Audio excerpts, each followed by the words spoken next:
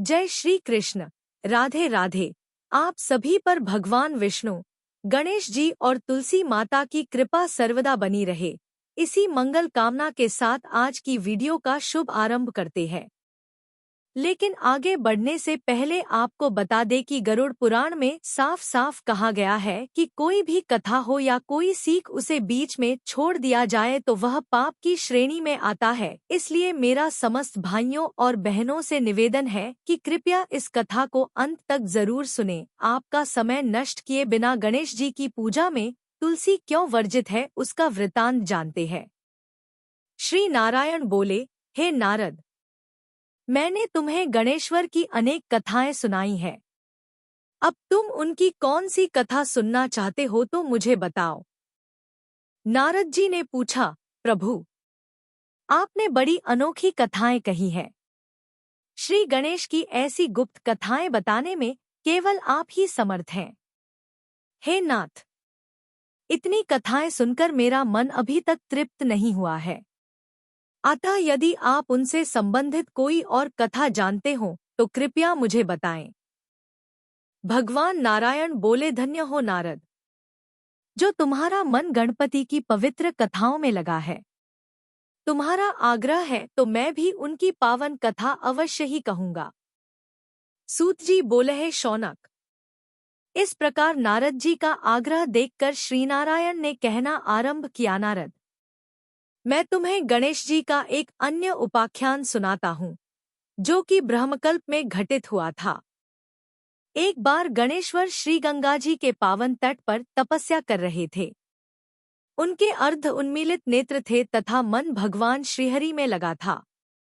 वे सदैव उन्हीं के चरण कमलों का ध्यान किया करते थे। उस समय वे एक रत्नजटित सिंहासन पर विराजमान थे। समस्त अंगों पर चंदन लगा हुआ था। गले में पारिजात पुष्पों के साथ स्वर्ण मणि रत्नों के अनेक हार पड़े थे। कमर में अत्यंत कोमल रेशम का पीतांबर लिपटा हुआ था।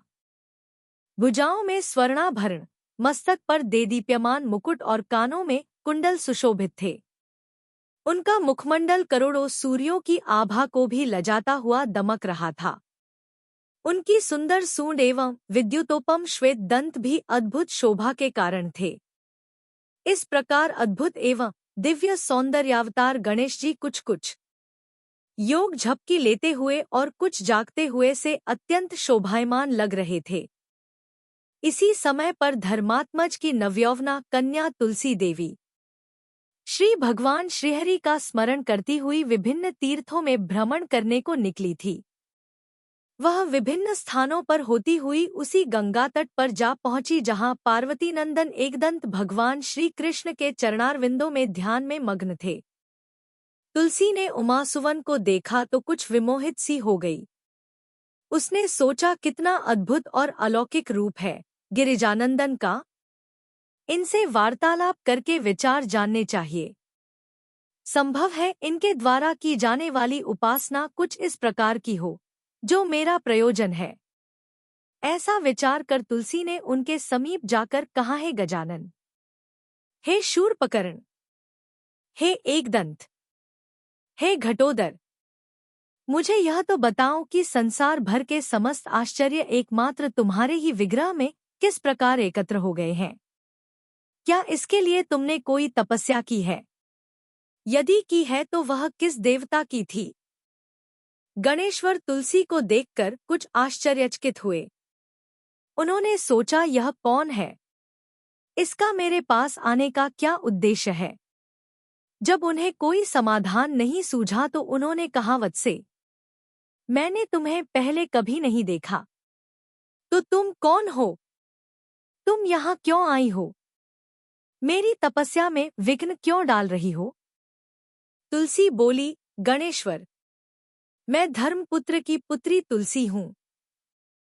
आपको तपस्या करते देखकर यहाँ आई हूँ। यह सुनकर पार्वती नंदन बोले, माता, तपस्या में कभी विघ्न नहीं डालना चाहिए। इससे सदैव दुर्भाग्य ही उत्पन्न होता है। मंगलमय भगवान तुम्हारा कल्याण करें। अब तुम यहाँ से जाओ। यह सुनकर तुलसी ने अपना दुख बताया, पार्वती पुत्र, मेरी बात सुनो। मैं इस समय योग्य वर की खोज में तीर्थ यात्रा कर रही हूँ। मैंने अनेक वर देखे, किंतु मुझे आप पसंद आए। अतः आप मुझे अपनी पत्नी के रूप में स्वीकार कर मेरे साथ विवाह कर लीजिए। गणेश्वर बोले, माता, विवाह करना जितना सरल है, विवाह के उत्तरदायित्वों को पूरा करना उतना ही कठिन है। अतः विवाह दुख का कारण है। इसमें कभी सुख प्राप्त नहीं होता। विवाह में काम वासना प्रबल होती है, जो तत्वज्ञान को नष्ट कर देती है तथा समस्त संशय को उत्पन्न करती है। अतएव हे माता, तुम मेरी ओर से चित्त हटा लो। यदि ठीक प्रकार से खोज करोगी तो मुझसे अच्छे अनेक वर तुम्हें मिल जाएंगे। तुलसी बोली, एकदंत, मुझे आप ही मेरे अनुकूल दिखाई देते हैं, अतः आप मेरी प्रार्थना अस्वीकार करके मुझे निराश करने का प्रयत्न न करें। मेरी प्रार्थना स्वीकार करें प्रभु। गणेश बोले, किंतु मैं विवाह करना ही नहीं चाहता, अतः आपका प्रस्ताव कैसे स्वीकार कर सकता हूँ।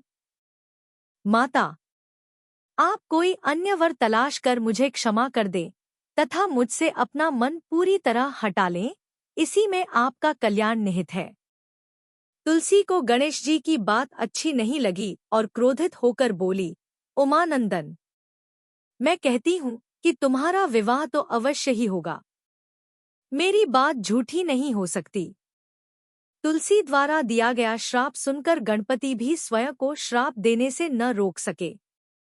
उन्होंने तुरंत कहा, देवी, तुमने मुझे व्यर्थ ही श्राप दिया है, अतः मैं भी कह रहा हूँ कि तुम्हें जो पति मिलेगा वह असुर होगा तथा उसके पश्चात महापुरुषों के श्रापवश तुम्हें वृक्ष बनना पड़ेगा।